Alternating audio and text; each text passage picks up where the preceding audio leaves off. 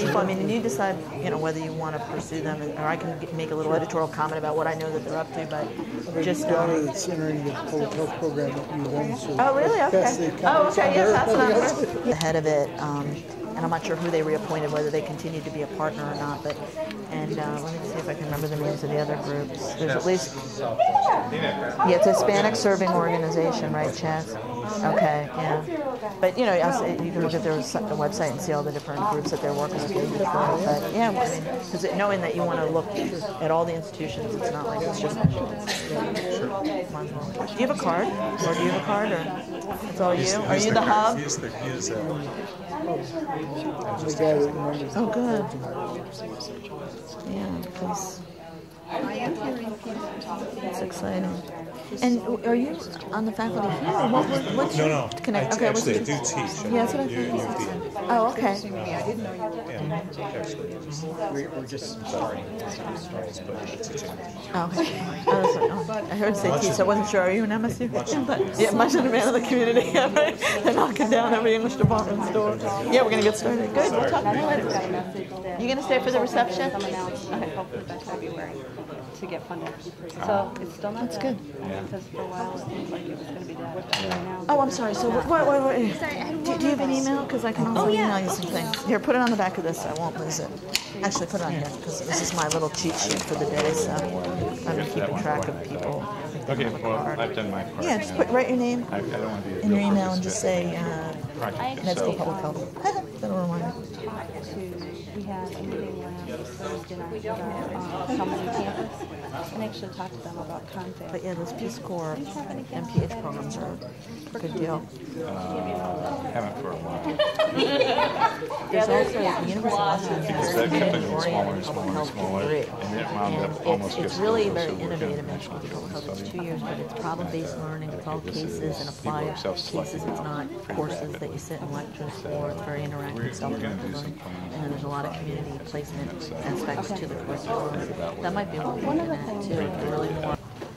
I just want to bring to your attention the announcement about the 2006-2007 Innovations in University Community Research Collaborations. Announcements are out. On Wednesday, September 20th, from 1 to 3 in the John Willie Room here in the Kellogg Center will be one of the information forums related to those grants. And then on Thursday, September 21st, from 10 to noon, there'll be another session. And then on September 20th, from 10 to noon, there's also a session here called Building a Better Proposal. This information is all available on the webpage for the Families and Communities Together Coalition, as well as the University Outreach and Engagement webpage. These are good sessions. They are designed to help people understand better what the format of the proposal is, the requirements for having a community partner, and in the case of outreach and engagement, also an extension partner. There is one funded grant that's set aside for work that's being done in Youthville or in the Detroit area, and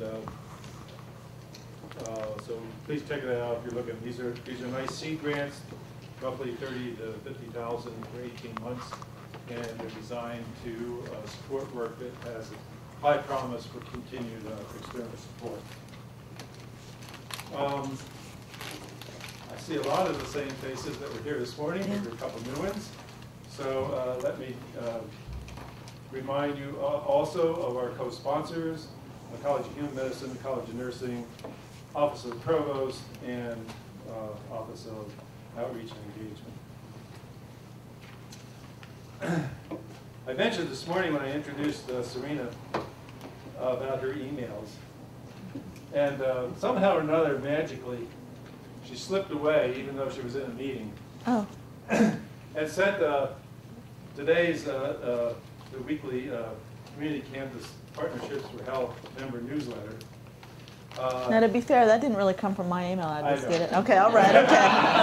That did not. We do have other staff. This is the table of contents that you get in the email. And then that takes you to another little several pages. they give you little précises about what each of the different past newsletters were about and the current one.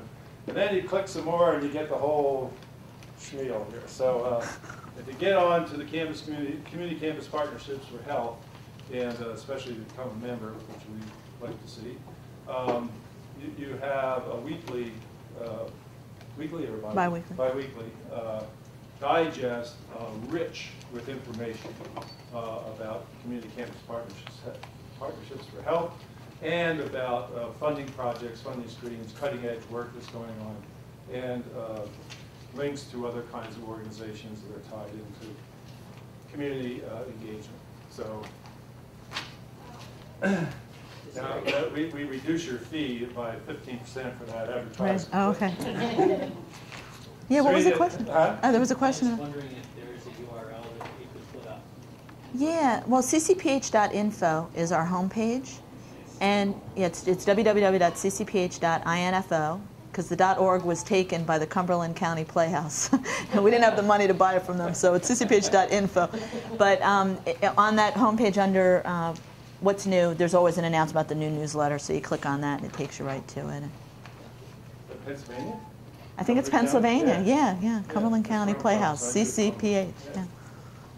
So. Well, for those of you who were not here for the introductions at either of the previous sessions, Serena got her bachelor's degree at Washington University in St. Louis, went on to get her master's degree and her medical degree at Georgetown University. She is the executive director of the Community Campus Partnerships for Health. Her work focuses on the principles and best practices of partnerships between communities and higher educational institutions around education, research, and community and economic development.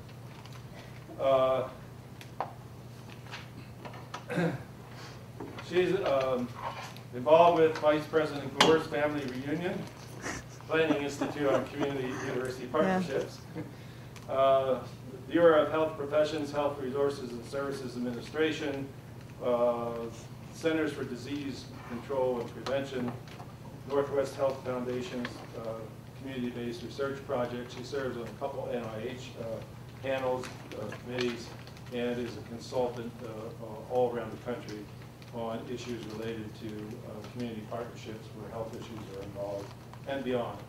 And so it's again my great pleasure to introduce. Thank you. And thanks again for inviting me. It's really been a wonderful day getting to know all of you. Oh, that's optimistic, clapping at the start before I even say anything.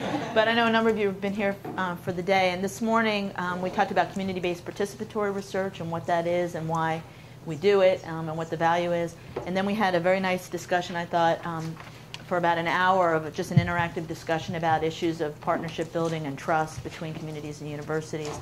And so to close out the day before the reception, more of a formal talk on kind of what do we know about these partnerships and how can they be focused more on ultimately social change.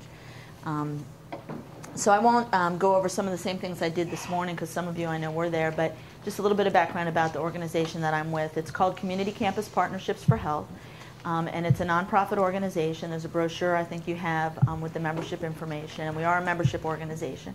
And our whole focus is on how to promote health and how to support health in communities through the resources that communities and academic institutions can bring together through partnerships. And we say we promote health broadly defined because we do go beyond, most people when they hear health, they'll think, medical care narrowly or health care. And we really take a broad view of public health and the many social and economic determinants of health. If you ask me to print out our membership list, the majority are from health professional schools and community-based health organizations like community clinics and local public health departments. But our growing area of membership is in other fields that go beyond that more narrow definition of health, and we're really trying to be more connected to other professions and disciplines that ultimately are helpful at promoting health. I'm going to draw on two sources of information primarily for my remarks this afternoon, and they're two projects that I've been involved in. This one is funded by the CDC. It just ended. I mentioned a little bit about it this morning. But the overall goal was, it was a 3-year grant from the CDC to build the capacity for communities and academic institutions and health departments as institutions to collaborate on prevention research in the community. At the time, they really didn't use the term CBPR to describe what it was we were doing, but essentially it was a community-based, the idea was how to promote community-based participatory research partnerships. And what we did is we looked at data across a number of different organizations' experiences doing CBPR to learn about how they developed their partnerships, what the success factors and challenges were.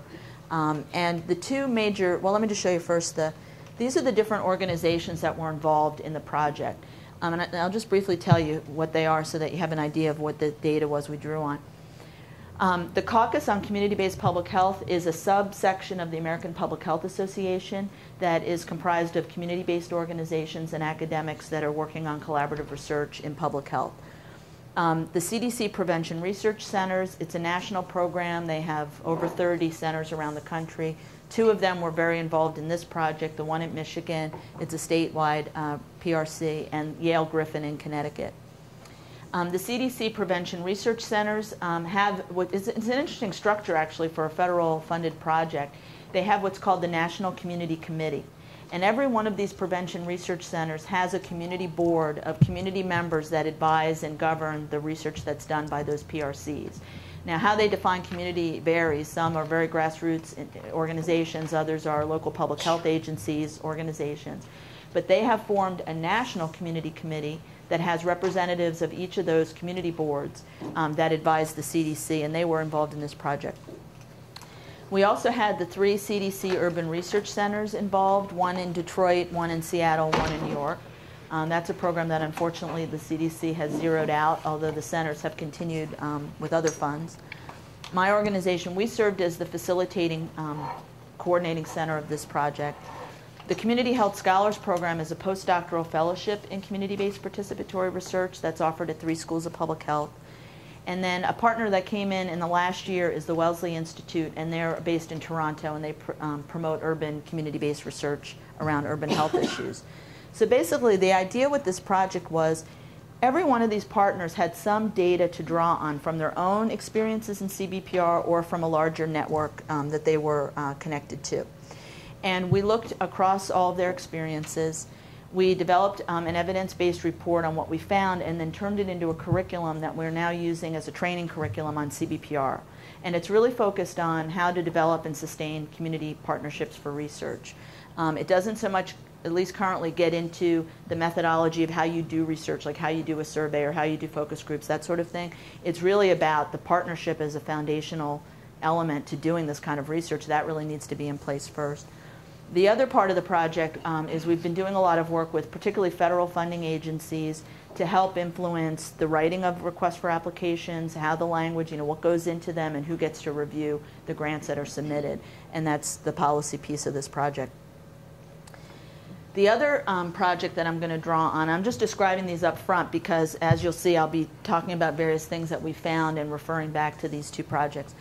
This was a summit it was a wing spread conference. Some of you may be familiar with this term, wing spread conferences. It's a conference center in Racine, Wisconsin, that is run by the Johnson Foundation, and over the years has been a real leader in advancing community academic partnerships through conferences where real cutting edge work is done and new thinking is developed. And what we proposed to them was to bring a group of community partners together from around the country who have very extensive experience working with universities and colleges to mobilize them as a force for change within this whole field. One of the observations I think maybe Hai and others had made earlier in the day is that a lot of what is written about and talked about with these partnerships very much comes from the university perspective or university researchers trying to study the community perspective. But we really wanted to get directly at the community members themselves and what they felt and wanted in these partnerships. And the Kellogg Foundation and Atlantic Philanthropies help support it. And these other organizations are listed. Those are networks of different community organizations that help to support this meeting.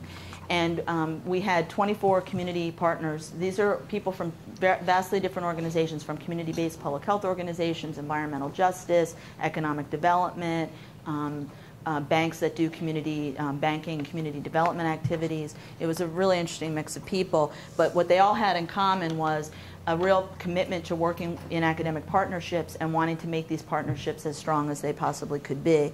And they have since formed a network that I can tell you a little bit more about. So I'm going to start out with kind of the bottom line. So I don't know if you kind of start to fall asleep or daydream, you won't miss the point altogether. But the main point, kind of the conclusions, okay, I'm starting with the conclusion, is that the number, the range, the scope of these kinds of partnerships, these community academic relationships is really growing. It's very diverse, and funding for it is expanding, I think. I put partnerships in quotes because of a conclusion that's a couple numbers down. Number two, that there's a plethora of policy statements, of reports that are calling on universities to be more engaged, that are calling on communities to engage academics as resources. There's really a lot that's been produced over the last decade plus, and again, dominated by perspectives coming from university-based people. Third, that the predominant model of what's really going on the ground is not a partnership. And that's why I put that word in quotes, because we tend to use that word very freely. But part of what I'm going to talk about is that when you really look at what's going on the ground, day to day, in actuality, it really, for the most part, really isn't an actual partnership. And it's very much framed by campus priorities and campus ways of looking at the world. That there are ongoing challenges. But there are also a lot of factors that can contribute to success, and it is possible to have a partnership, so it's not, an impossibility. And that communities are starting to realize their power in these relationships and their ability to change the situation to be more of that balanced partnership that we talked about earlier with CBPR. So in terms of the scope, and this is not an exhaustive list, but when you look at across the country, the kinds of efforts that are going on that communities and universities are partnering around, it really covers a whole wide range of social change and social issues that are being addressed. In the areas that we work in primarily at CCPH, a lot around health disparities and increasing diversity in the health workforce, closing the achievement gap in K-12 education, which is a very important determinant of health. But I won't read this list, but there are, and even what we've talked about today, especially during the discussion when many of you shared the work that you're doing, you're working in a lot of different content areas, but bringing community and academic perspectives together. And the methods are also very diverse. There's pure community service, volunteerism activities, service learning, where students are engaged in getting academic credit, community-based participatory research, broader engaged institution initiatives. It's really quite diverse and growing across the country. This is from just a little bit of data from a Campus Compact survey. This is an organization nationally of college and university presidents that is committed to community engagement, and they survey their about 1,000 members every year, all universities and colleges, to find out, at least in that subset that really have made a commitment to this work, what are they actually doing? And 98% of their members are offering service learning courses for students. Almost an equal number have many community partnerships. Self-reported, this is from the universities. They calculated $4 billion in student community service, and a very documented over the years growth in university structures that support engagement. So it might be offices like the office here of engagement here at MSU, a vice provost position, an office of service learning, a university unit of engagement, various names, but they're growing. And also that there's a growth in CBPR projects being undertaken. And the funding, again, it's not an exhaustive list, but just a range of funders that are seeing these community academic partnerships as a vehicle for change, both within communities and within institutions, public and private, funding it. And there are a lot of benefits, and there are benefits that have been documented in the projects, both the Community Partner Summit and the CDC project that I mentioned, and other literature too that talks about, well, what benefits are there to communities of being involved in these initiatives? And certainly there's been documented primarily at specific projects on the ground, building of capacity in communities, advancement of an organization's mission by having that partnership, new perspectives and insights, funding that they could obtain by having an academic relationship that they would not otherwise be eligible for. I talked earlier about a community health center in Yakima that, as part of their partnership agreements now with universities, has the expectation that kids from their community, from their Hispanic community, are going to get access to that university and be able to be mentored and exposed to opportunities in higher ed. that exposure to higher education and access is one possible benefit. And we found in a lot of our work that one big benefit that communities felt is that they're being recognized and honored for their knowledge as teachers and experts, that one element of these partnerships can acknowledge them as the experts that they are. And of course, there's benefits to students, particularly around the work they do in service learning and community-based research projects. Over and over, transformational testimonials from students about transformational learning, that they learn things in the community they never learned in the classroom, getting out and really seeing how the real world works, challenging their values, getting an understanding of what the social justice issues are, working with diverse communities are some of the benefits to students. For a lot of faculty in this arena, the ability to link their personal and professional lives can be very profound. Where I may be volunteering and very active in a community, but it's very segregated from what I do in my teaching and my research. But this community engagement work can really tie those pieces together very well. Linking those lives, really fulfilling personal values. I didn't really describe, but another study that we did looked at service learning in the health field, and we did a longitudinal study of faculty teaching service learning courses. And in that evaluation work, it really showed how their scholarship changed over time, how they were able to really match their personal values with what they were doing in their academic work. New funding, validation externally from partners that cared about the impact they were making. Of course, there's benefits to institutions, and again, these slides are just some observations. It's not an exhaustive list by any means. But universities, colleges can really advance their missions in teaching and research and service across all three through this kind of work. Many have shown to retain students more, to increase alumni giving as a result of students who feel very giving towards that institution after the experiences they've had in the community. Graduates that go on with competencies for practice in a variety of professions because of that community engagement experience they've had. Certainly institutions, particularly health science centers, recruit participants in their studies as a result of their community engagement. And accreditation, particularly at places like MSU where you're part of an accreditation body that looks for this explicitly.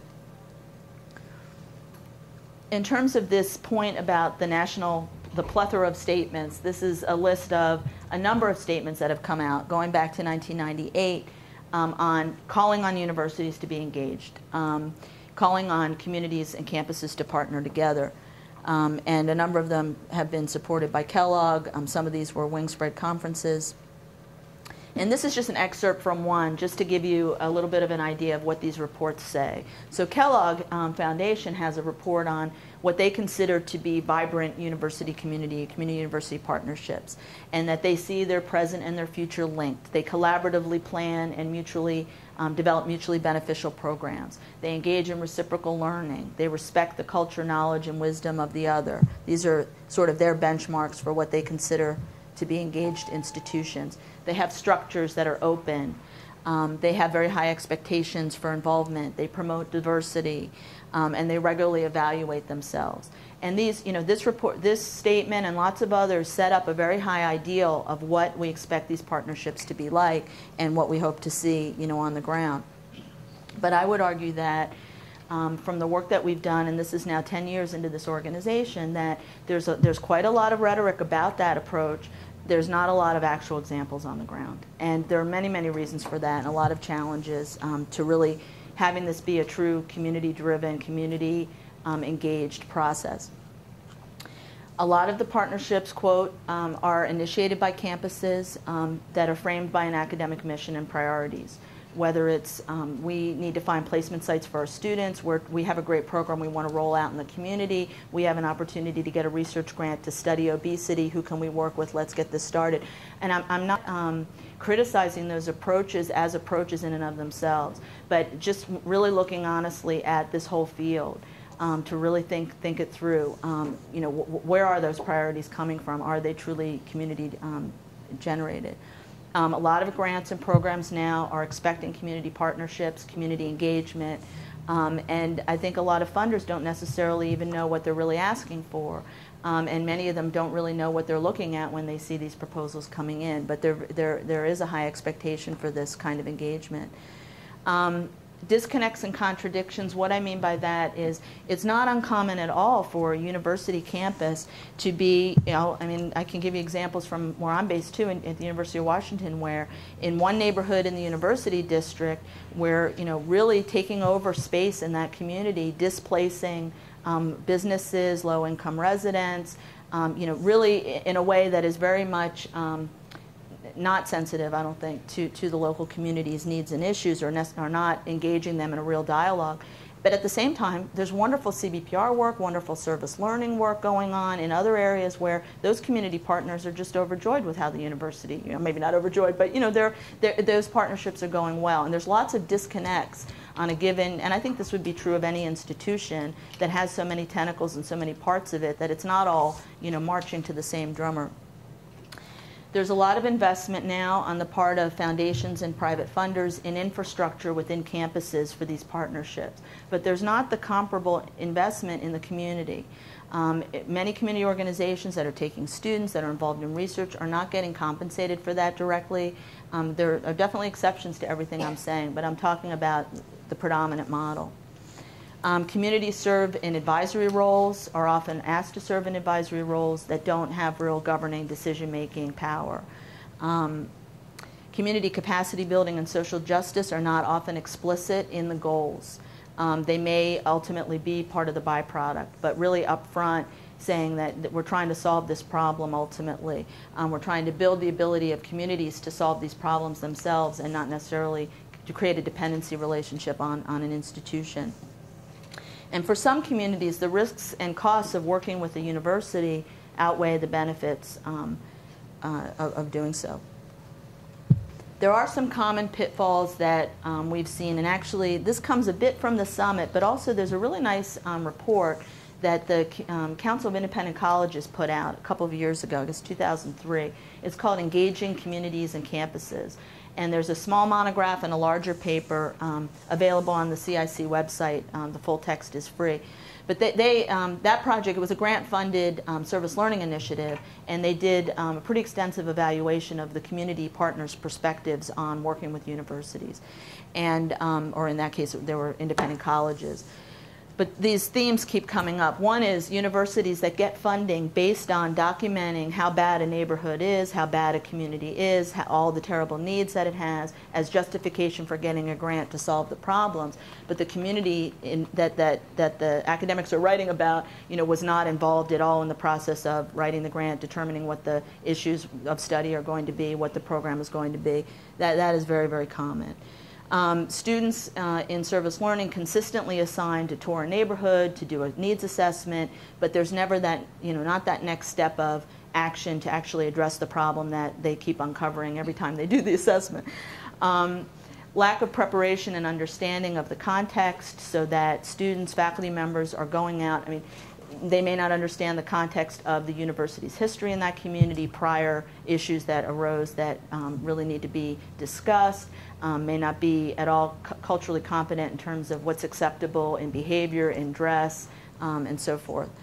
Faculty members that structure the work they do in the community based around the academic calendar and not really planning well with the community partners about that. Of course, there's always the ups and downs, the episodic involvement with the academic calendar, which is a challenge. And then something we talked about this morning, communities that really see this drive-by research phenomenon where, one day the researcher's there, the next day the data's gone. Whatever happened with that? Why didn't we get the results? How is it being used? And it really breeds a lot of mistrust. These are observations that came out from that summit, the Community Partner Summit, and this was a 3-day-long dialogue with these community members around their experiences. And just the preface of that they were all there because they very deeply are committed to academic partnerships, working with universities. They really want to see these kinds of relationships thrive. And in many cases had lots of great examples of how they're working well. We actually had they were invited to write case studies of their experiences, and 10 of them submitted them, and 4 of them were presented and discussed at the summit. And there were very positive, encouraging elements of them, but also I think there was a real climate created at this meeting, in part because it was all community partners and there were no academics in the room, unless you count me, which, you know, I do serve in that role too, but I was there really more as a listener and not there with any partner that I work with in the community. And I think that helped create an environment where they could really be open and honest with each other. So these are some of the things that, from their perspective, their reality, that there's this buzz, you know, in higher ed, there's this community engagement buzz that this is something we all need to be doing. And in one case, one of the participants had, it was kind of a funny little quote, I don't have it exactly, but where her local university, you know, over the last 4 years has changed the name of their center. You know, it was Center of Service Learning, then it was Center of Community Engagement, then it was Center of Community Academic Partnerships. And, you know, from the community side, things kept changing and they weren't really sure what this was all about, and it seemed to be, you know, the latest fad is what they would take on, but was there really a long-term commitment to working with them? And that was unclear. That the predominant model from their perspective isn't an authentic partnership where they're there at the table as equal, equitable partners. That they were all there knowing that they could see the benefits to their communities. They had very tangible benefits of working with universities, but they also recognized that a lot of their peers in their own community weren't on board in the same way and were very skeptical, weren't really sure. That the relationship over and over again we heard is based on individuals, and there was a lot of concern about, is this really going to be institutionalized? And it was interesting to me because a number of the people there had been in partnerships for over 10 years with universities, major long-term community academic relationships, and they were still at that point really scared that if that one person, you know, that was really at the helm were to leave, they weren't sure. They were very uncertain that it would continue. You know, it hadn't really become embedded in a way that they could feel confident that it would be, it's really an important part of the institution's mission, and that was a concern. There was a lot of concern from community groups that they lose their community credibility when they start working with universities, that their peers start to see them as maybe being co-opted by an institution or becoming part of an institution, not as grounded in the community, and that was an issue they were concerned about. They acknowledged that a number of them themselves would not define themselves as community members, but really as intermediary brokers to a larger constituency that they had access to. There was concern that there's often an assumption that, that community groups need the academy to have a legitimate conversation, that academic knowledge has greater value than community knowledge. And I have to tell you that it also came through even in the planning of the summit, because some of the co-sponsors from the beginning were really trying to argue that we needed to have some academics in the room, you know, and part of it was, you know, to have a reality check on higher ed issues that came up or have experts on the university side there. And the community partners who planned the meeting, it was entirely planned by them, were very insistent, no, we need this space for ourselves, you know, and our conversation and what we have to say is very legitimate, you know, whether it's reinforced by somebody who's there from a university or not. A lot of discussion about the playing field not being level, whether it's because of resources or power or political clout, access to resources that the communities themselves couldn't necessarily directly access. That building community capacity is not a major conversation or an explicit goal oftentimes.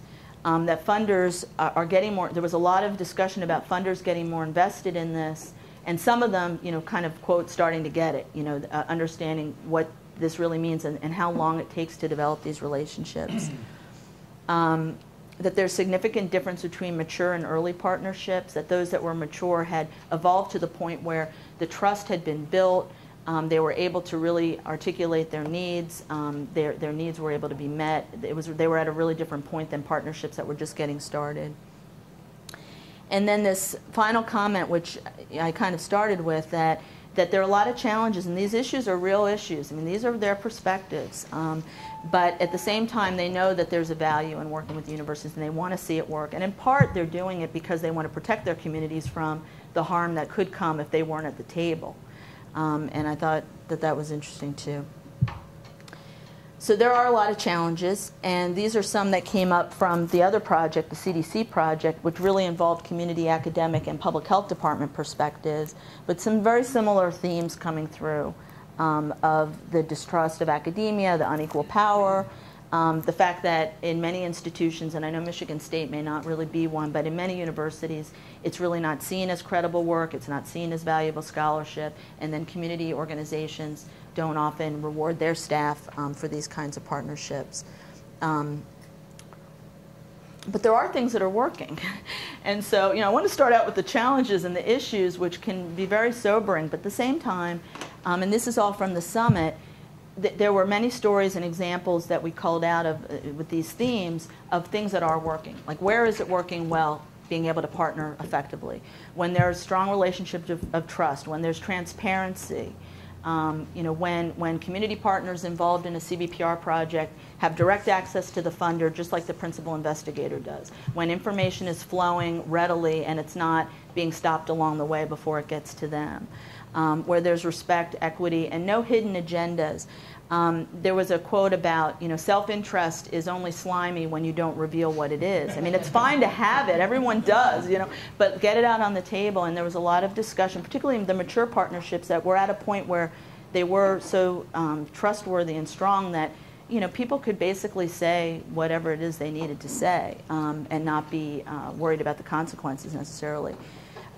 There was one case, this was a partnership where the university had multiple people at the table that were pretty much speaking with one voice about what they wanted to see happen. And the community organizations realized that they were all there with each of their different agency hats on and community hats on, and they weren't speaking with one voice. And they were quibbling amongst themselves. So in that partnership, they were really at a disadvantage in terms of the decision making.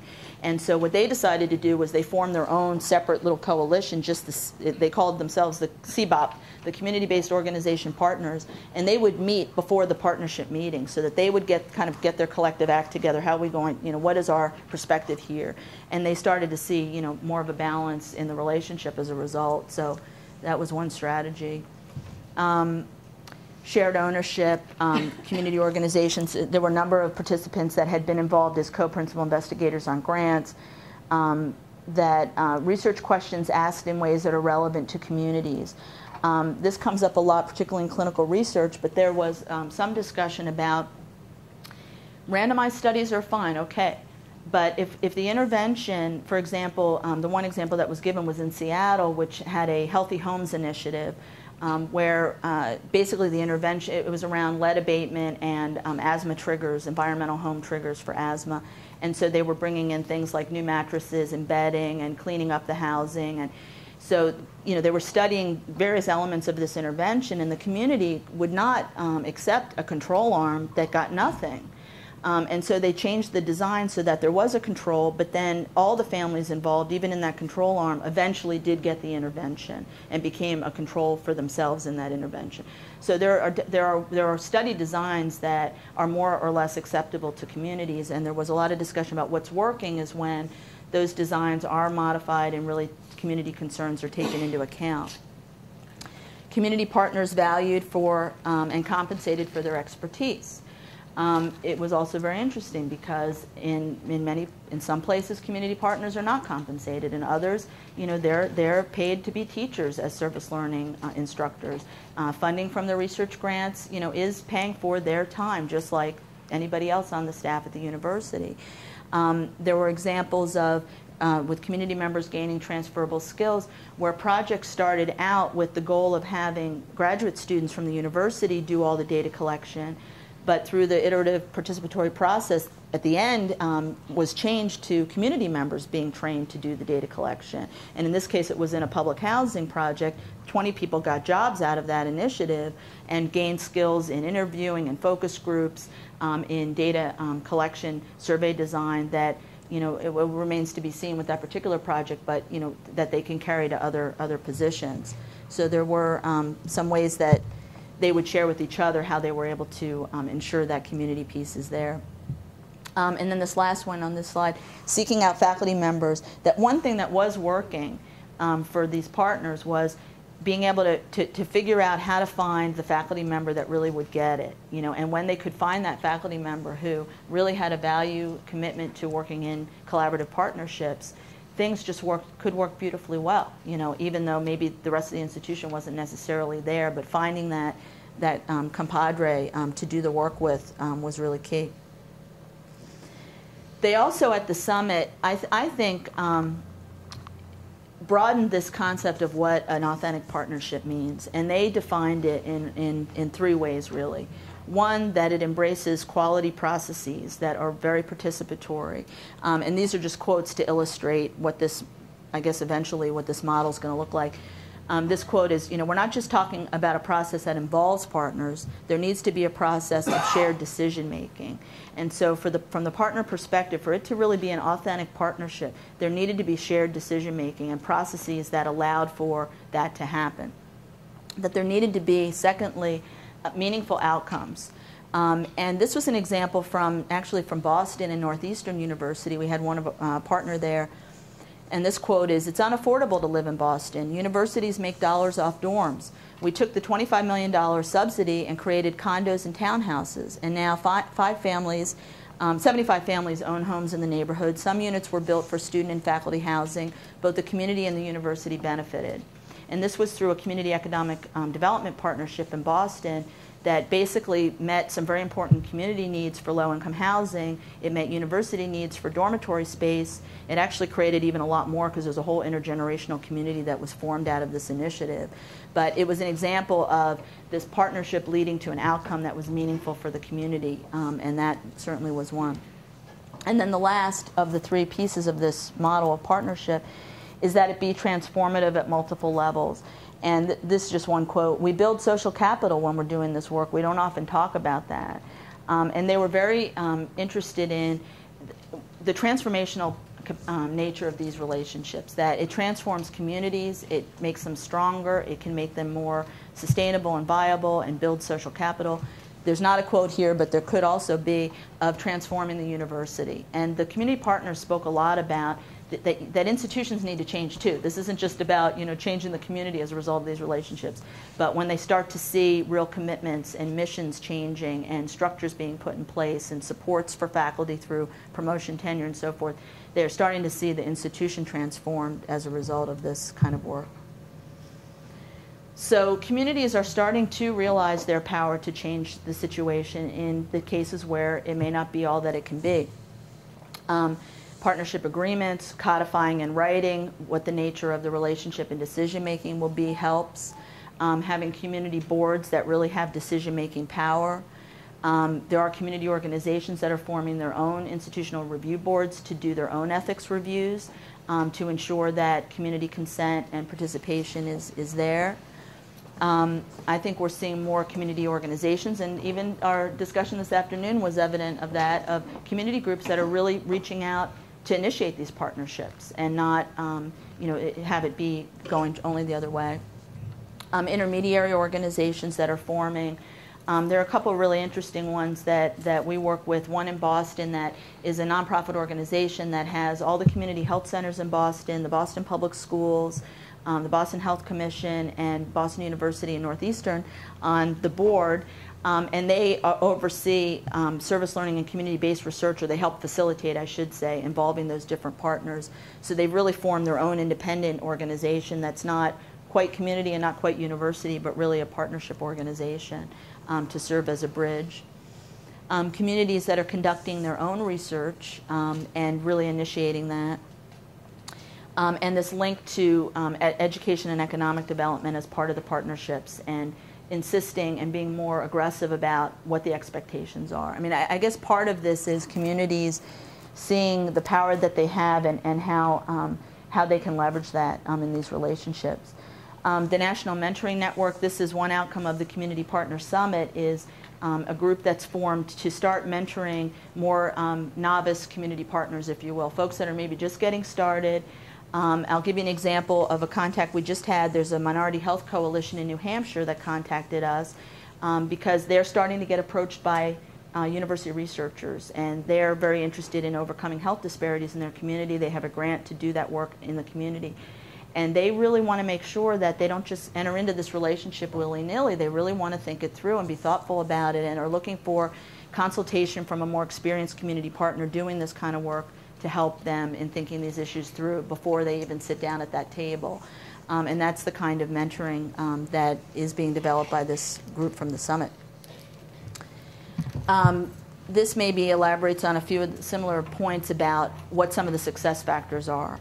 That when these relationships are really formed to address a community concern that's identified, that's real and tangible, and it's a strategic issue, you know, not just to get a grant or because a funder thinks this is the priority that you should have. Prior relationships, trust are key to these relationships. When there are structures and processes that really codify this sharing of influence and power, whether it's in decision-making rules for how we make decisions, how information shared, that sort of thing. When funding is distributed equitably, when there's supportive policies and structures, reward structures, and so forth. This one, the balance, is really important too. We found in the CDC project that when it's all about the process of the partnership and no tangible work is getting done, it's really hard to keep people engaged. And there needs to be that balance of, you know, some short-term activities that really show that we're actually, you know, getting something tangible and useful done. I won't read through all those. So there are some critical issues for sustaining these relationships and these partnerships, and addressing some of these issues that are often, you know, not that easy to talk about, but are really critical to relationships forming and being sustained. Power issues especially. Documenting and disseminating outcomes. There's a lot of incredible work that's going on the ground, and I can see it here too in the conversations I've had today, that isn't necessarily being disseminated out to other communities to learn from it, other institutions to learn from the experiences here. And that is important for sustaining the work, I think. That communities and campuses need to really view this work as mission critical for them to stay engaged in it. And there needs to be support and infrastructure for it. So some of where we're going, and this is just a little view into the future, it's, there's lots of ways to look at it, but I think that, that with communities being more assertive in these relationships, that you're going to start to see more community-initiated partnerships with institutions, multiple community organizations working with multiple universities in a given geographic area, for example.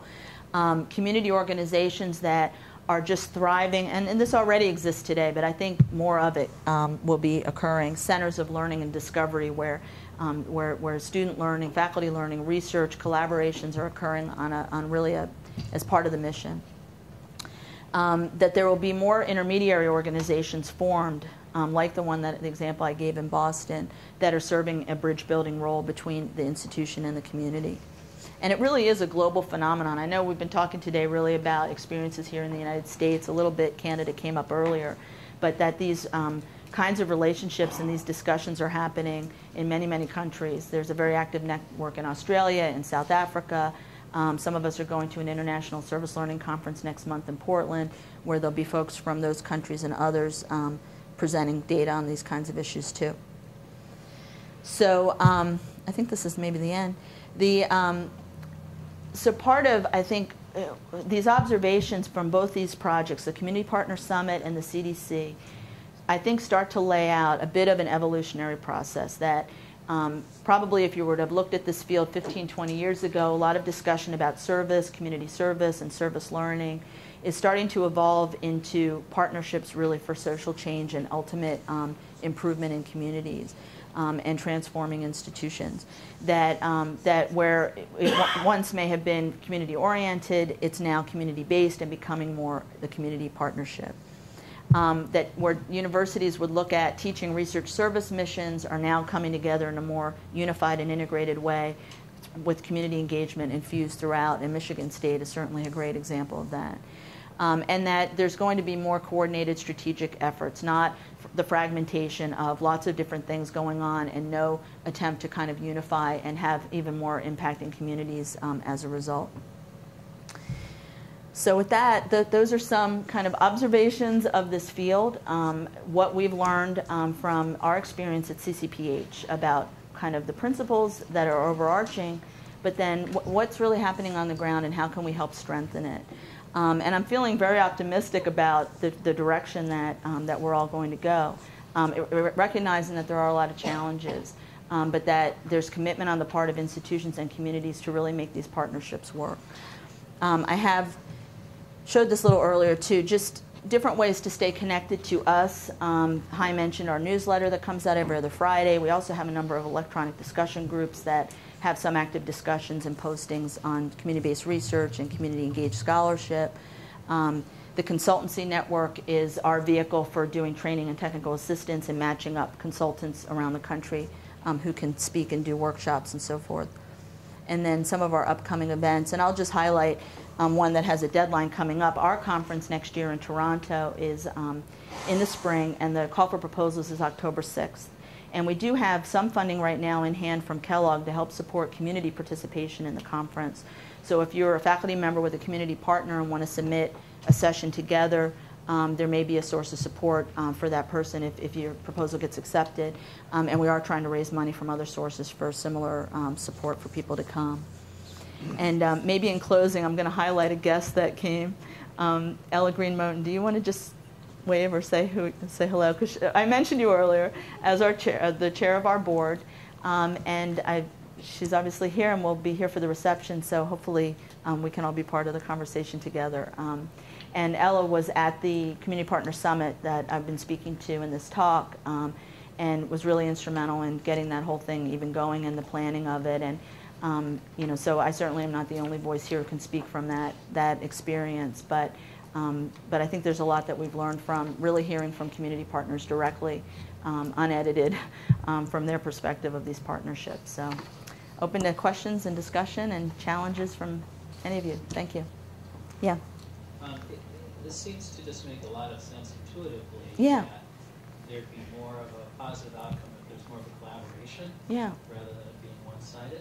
So I'm wondering, and if this is something that you talked about this morning, but this is there, I feel like you have to go over Oh, okay, the whole sure. ground. But I'm wondering, where has the resistance come from in it being more of an equitable arrangement between academia and community? And is it a matter of just maturation at the community level, do you think, or at the academic level too? Yeah, it's very complex, I think, because I think some folks that get involved in this work from the academic side don't truly know what's involved in this kind of equitable partnership until they're in it for a while, you know, and they start to see what the implications are. And often it involves, let's say as an individual faculty member, me, you know, doing this work, it involves structures and systems and policies that are often beyond your direct control. But in that maturation process of the relationship, you can start to learn where are those points of influence in your institution. How can you maybe ask questions and get things done a little different way? You know, like for example, you know, I might take at face value right off the bat, well, the indirect money that comes in from the grants, none of it can go to the community. That's just the policy at our university. But yet at some institutions that isn't the case. But I may not know to ask that question, or I may assume, you know, that things need to be a certain way. And I think it is a process of education and discussion and involving key people, you know, within, let's say, on the university side as to what this all entails, what the challenges and issues are. I mean, I think most people come to this with a commitment to really do it well, and who really want to see this partnership be the equitable partnership that it can be. But I think there are a lot of kind of institutional structures, policies, barriers that get in the way. And you know, part of having these dialogues is to help uncover what those are and ways to solve them. That would be one way that I would answer that. I see other people nodding, or maybe if you want to elaborate on anything or add to it from your experience, please do. Yeah. Oh, I saw you behind just nodding, so I was reacting to you. I was reacting to you. I work for the College of Human Medicine. Oh, okay. We've actually been going around lately to all of our community campuses, talking with them in regards, and a lot of the issues you're talking about is exactly what's happened. In the past, pretty much the drive-by research is what's been done in the communities. They haven't felt like they've been an equal partner. One of the big things they raised with us was getting a portion of indirect costs back, the ability to submit proposals through our university as a community, you know, campus. Yeah. And they're all things that are right now barriers that we are trying to struggle to overcome, to be able to allow them to do some of the things they're requesting. Yeah, Ella, please. I think sometimes too it's just that past history that was sort of left hanging, and it might not have really been a lot of stuff that went wrong, but there's stuff just buzzing in the community that needs to be addressed. So sometimes you just need to have discussions with the community to find out, you know, where they are, because oftentimes they're get a view as you are of them, you know. They're just issues on both sides. Yeah. when you Yeah. talk about it. Yeah. Other, yeah, sure. You said that the summit gave evidence that community capacity building was something that community partners really wanted to see as more of an explicit goal of these partnerships. Was there any discussion or indication that the partnerships had started to increase that? Though there's been an increase of the existence of partnerships, is there more evidence from the community's perspective that they're actually increasing social change? Yeah. Well, there are examples of policy changes in a community level, jobs being created, the ability of communities to be applying for their own grants and doing their own research, you know, inviting academic partners in, new programs and structures that have been established. So yeah, it's not that there isn't any capacity being built, but I think one of the big observations from the partners was that this is often not really explicit in the design of our work together. And we need to be more upfront about what it is we really hope to see in our community change and in the university change, you know, from the very start. So there are examples of it, but it's not, you know, it's not often, you know, maybe front and center as to, you know, what the purpose and the focus of the work is. And that's where we started to hear the stories like what I mentioned from Vicki at the Yakima Valley of, you know, at a certain point saying, well, wait a minute, you know, all these years, and what about access to higher ed for our kids? How can we start building that in? And let's, you know, and it really came from the community asking and wanting to see changes in the relationship that weren't really part of the plan from the start. Another thing I would say, it's a little, not quite community capacity related, but kind of on a related note is, I found there were some interesting examples of where community organizations had taken the documents that the universities had produced and kind of turned them around in many ways to their advantage. And there's an example in Seattle. University of Washington has on the books kind of ethics of community-based research, and that all faculty who do community-based research should do it in this participatory way. And you know, it lays out many of the things we talked about this morning. I'm a faculty member. I remember maybe 5 years ago I got an email with this attached, but like there's been no effort internally in the university to really try to promote that or really adhere to that. It's not connected to IRB or anything. But there are community groups that, you know, it's on the website. They got a hold of that. And there have been a couple of really interesting examples where university faculty went out to the community to do a project, and the community group pulled out the principles and policies and said, did you know that, you know, you're supposed to be doing this, you know, we're not really talking about this. And it really changed the dynamic, them being able to bring that right up in front and center, you know, and that's, you know, often that information's hidden or it doesn't exist, but that helped really change the dynamic so the community could be asking, you know, be more aggressive up front about what their expectations are and really putting it under the rubric of the university's own policies and language. Yeah. From a community standpoint, often whatever the institution is, if it's a university or a church or a corporation, more often than not they come in with a certain amount of arrogance of being the authority, the resource, the gift from God, so to speak. And there's an attitudinal gulf that needs to be bridged. That is two-sided. I mean, the community oftentimes isn't sophisticated enough to actually compete at that academic level, but they do have something to bring to the picture. Yeah. And the academician, you know, like too often assumes that they know everything and that they come to, you know, like to share something that these poor people should be kissing their feet for, and that becomes the gulf that, you know, like creates that problem right from the beginning. Yeah, no, that is a common issue, and one, you know, with this morning there was a set of questions of when you know, as a faculty member doing this versus not doing this kind of work, that it isn't for everybody. But, you know, I think that, you know, if you can see in that dialogue some kernel of an opportunity, there may be others to work with at the university, and it may be really an educational process on your part for that faculty member to know that, you know, this just doesn't fly in the way we do things here. You know, if you're really committed to this, you know, we're undertaking a long-term relationship process here, and we'll see how it goes. But I think there have been way too many communities that have immediately kind of gotten into things, which is why I was so excited to hear from this coalition in New Hampshire that I mentioned, who realized we're being asked to be parts of things by academics. We're not really sure if these are the right ones we want to work with. We don't know that they really understand this participatory process. We better figure that out for ourselves first. So there's, this is reminding me of Mrs. Deloney, the intervention before the intervention. One of our participants at the summit had this phrase of needing to do an intervention before the intervention. And there are many ways to interpret it. Tell me if I'm interpreting this right. But one way is, that you would be intervening in yourself as a community organization, just what it is you will and will not, agree to, what your values, and be clear on that before you start, engaging in this intervention design with a researcher. And academics need to really do that too, as part of a self-reflective process before they engage in this kind of work. Yeah, hi. I'm going to follow up Okay. from a different perspective. Most university faculty spend 21 years becoming 21 years in education. Yeah. Then they do anywhere from 3 years postdoc, and if you throw in physicians, it's residencies and internships. So from age 6 to about age 33, or maybe 30, they finally get a job.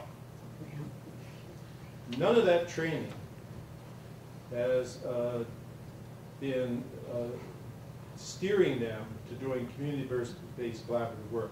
It's been steering them to be successful in an extraordinary competitive world for securing funding in order to do their work and get promoted and all those kind of things. So, what are the implications of all this work for training the new generation that's one of my questions, of university faculty? Secondly, I'd like you to comment on why us? Why is higher education being asked to do now what government does not do? Well, there's huge implications for training and for the future. I mean, one just observation is a lot of the community engaged faculty, currently community engaged faculty, don't necessarily fit that kind of classic profile of becoming a faculty member.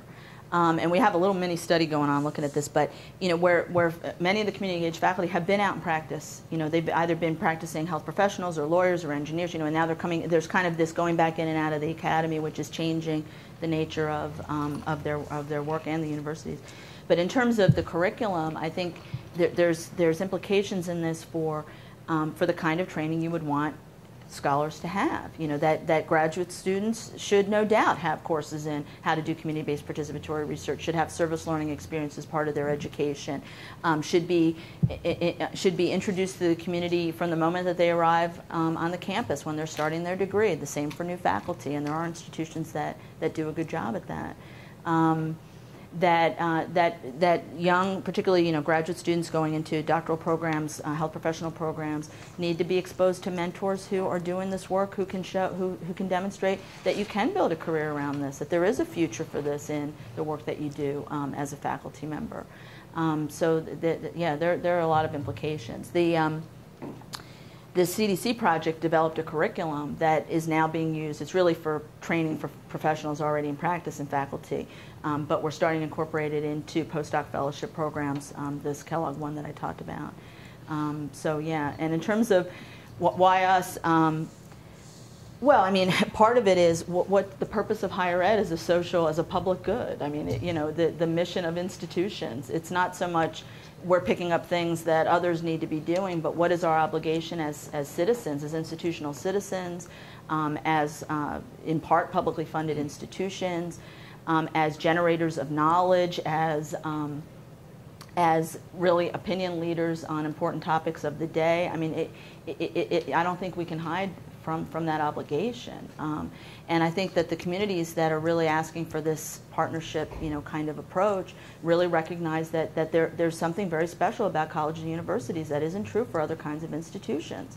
The knowledge, the experience, the expertise, really are part of it. It's one important piece in solving the problems that we face in our society. So, I don't really see it as an, us or them, or, who gets what slice, but it's a calling, to be engaged. It's interesting to contrast or maybe compare with what's happening in the hospital sector right now, in public hospitals that are being challenged by, you have a tax-exempt status. What is your community benefit? It's not enough to write off bad debt or to have charity care. Maybe it's not enough as universities to educate people to the point of you graduate and you go and good luck from there. But what's that obligation for a broader societal benefit is really important. Did you have a comment or a question? Oh, you were. I'm thinking of one of the first things that I was going to say was the obstacle in the university that this work may not be perceived as mission critical. And to me, that also speaks to the question of why is there an inherent inequity? Yeah. In other words, the president of the college may not perceive that it is mission critical for the university to be involved with the neighborhood in Detroit. The faculty member also, and again, since I teach, I know about that semester schedule. Yeah. And almost everything else falls away when we get to the end of the semester, except the bare bones survival, mode that the professor is in and that the instructor is in. And so mission critical becomes very personal. Yeah. What do I have to do? And what is extra? And I think part of changing the paradigm is that the community collaboration has got to become mission critical. And that, I guess another implication of what you're saying is that the community collaborations that are ongoing, that have academic involvement but are not dependent on the academic participation, so that it falls apart when a faculty member, it has a quarter off or leaves or goes on a sabbatical, and that I think is also part of the sustainability of these relationships, is that they go beyond, one individual, but they're also not so heavily dependent on the university's consistent, constant presence. Like, communities are working to solve these problems day in and day out, whether the university's there or not. But how can universities and faculty members link into things that are already ongoing and build and support them? It's just as a matter of scale, it's much more likely that it will be mission critical on the side of the community organization than on the side of the university. And your point, I think, is exactly right. Yeah. It's got to go down. And the example I gave this morning, the partnership that won the award, the MUSC partnership, has such an involvement of community organizations. MUSC is playing a very critical role there. I think it would, it may not sustain itself if all of a sudden the College of Nursing said there's a new priority for themselves. But it's very well embedded across a number of organizations that it's not so dependent on one person or one. If the president leaves and has different priorities, a lot of this, it remains to be seen. It's hard to predict. Are there other comments or challenges? It's really been an interesting conversation. I know we're going to go into reception, so we can keep it going from there, right? Being gentle with you. I had to ask one hard question. Yeah, no, you.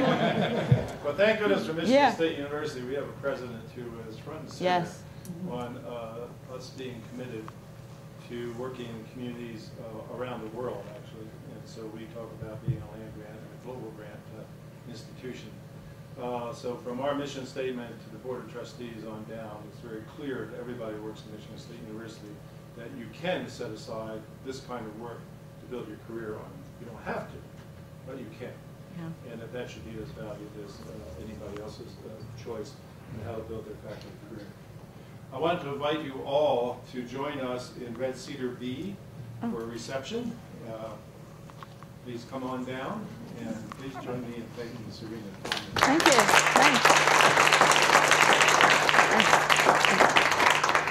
Thank you. So what attracted you to come to this?